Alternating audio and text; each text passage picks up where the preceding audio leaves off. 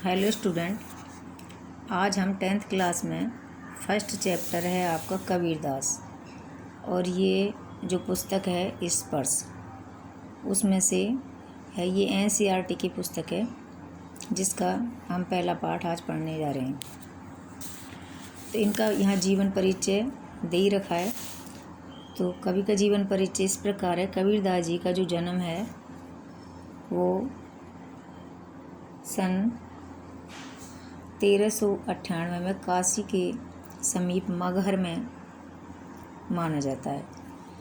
इनका जो पालन पोषण है वो जुलाहा परिवार में हुआ और स्वामी रामानंद के ये शिष्य थे और इन्होंने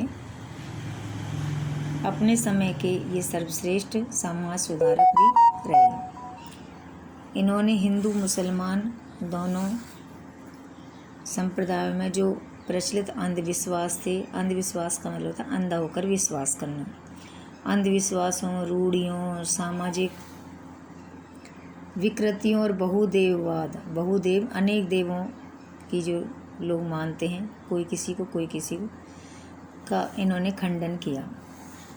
और बाहरी आडंबरों जैसे तिलक है, माला, छापा ये लगाना, इनको बाहरी आडंबर दिखावा करना कहने का मतलब है, पर गहरी चोट करी। और इस तरह से इन्होंने अपने भावपूर्ण गीत गाए। अपनी साखियों में इन्होंने पदों और रमैनियों में मानवता का संदेश दिया। इन्होंने ये एक स्थान पर एक स्थान पर टिक कर के नहीं रहे और जहाँ जहाँ गए तो इनकी बोली और वाणी और इसमें है जो फ़र्क आता गया, इसलिए इनकी जो भाषा है सदुक्कड़ी भी कहलाती है। और इनकी जो संकलन है, इनकी रचनाओं के संकलन है, उनको बीजक कहा जाता है। इनका निधन हुआ था सन 1518 में। इतना ही है। अब हम पहली साखी पढ़ते हैं जिसमें है, ऐसी बाणी बोलिए मन का आपा खोय, अपना तन शीतल करे औरन को सुख होए।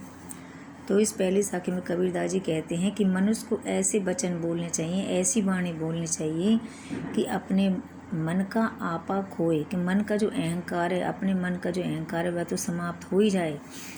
और जो सुनने वाला व्यक्ति है अपना तन शीतल करे, अपना मन तो प्रसन्न होता ही है शीतल वाणी बोलने से, और सुनने वाला जो है उसको भी वह सुख प्रदान करती है। ऐसी शीतल वाणी हमको बोलनी चाहिए।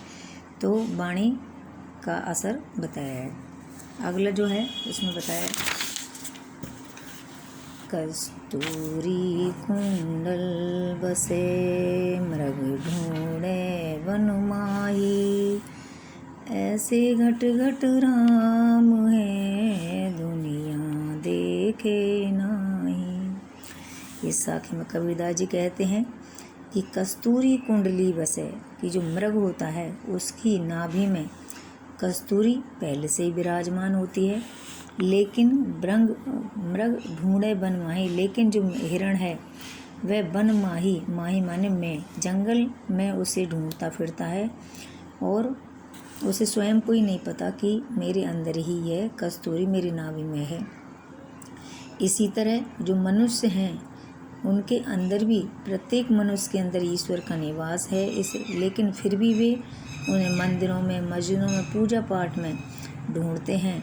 तो इसलिए कबीरदास जी कहते हैं कि ऐसे घट घट राम हैं कि जो परमात्मा है प्रत्येक शरीर में निवास करता है, लेकिन दुनिया देखे नहीं कि परंतु मनुष्य को वह दिखाई नहीं देते हैं। इसलिए उस भटकाव की स्थिति में हमेशा ही रहते हैं और उन्हें कोई मंदिर में ढूंढता है जाकर, कोई मस्जिद में और कोई पूजा पाठ में।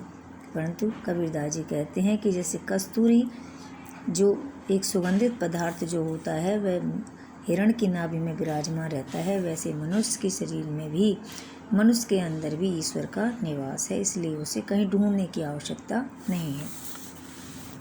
अगला है, जब मैं था तब हरि नहीं, अब हरि है मैं नाही, सब अंधियारा मिट गया, जब दीपक देखा माई। कबीरदास जी कहते हैं कि जब मैं था, मैं का मतलब अहंकार, जब मनुष्य के अंदर अहंकार रहता है तब वह परमात्मा से साक्षात्कार नहीं कर पाता है। लेकिन अब हरि है मैं नाही, लेकिन अब जब उसे परमात्मा मिल गए हैं तो मैं का मतलब अहंकार समाप्त हो गया है। तो इसलिए मनुष्य के अंदर जब तक अहंकार रहेगा तब तक वह ईश्वर को प्राप्त नहीं कर पाएगा। जैसे सब अंधियारा मिट गया जब दीपक देखा माई, जब जैसे दीपक प्रज्वलित होता है, दीपक जलता है तो सारा अंधकार समाप्त हो जाता है और सब कुछ, सारी वस्तुएं स्पष्ट दिखाई देती हैं। इसलिए मनुष्य को अपने परमात्मा से साक्षात्कार करने के लिए अपने अहम को मिटाना पड़ता है।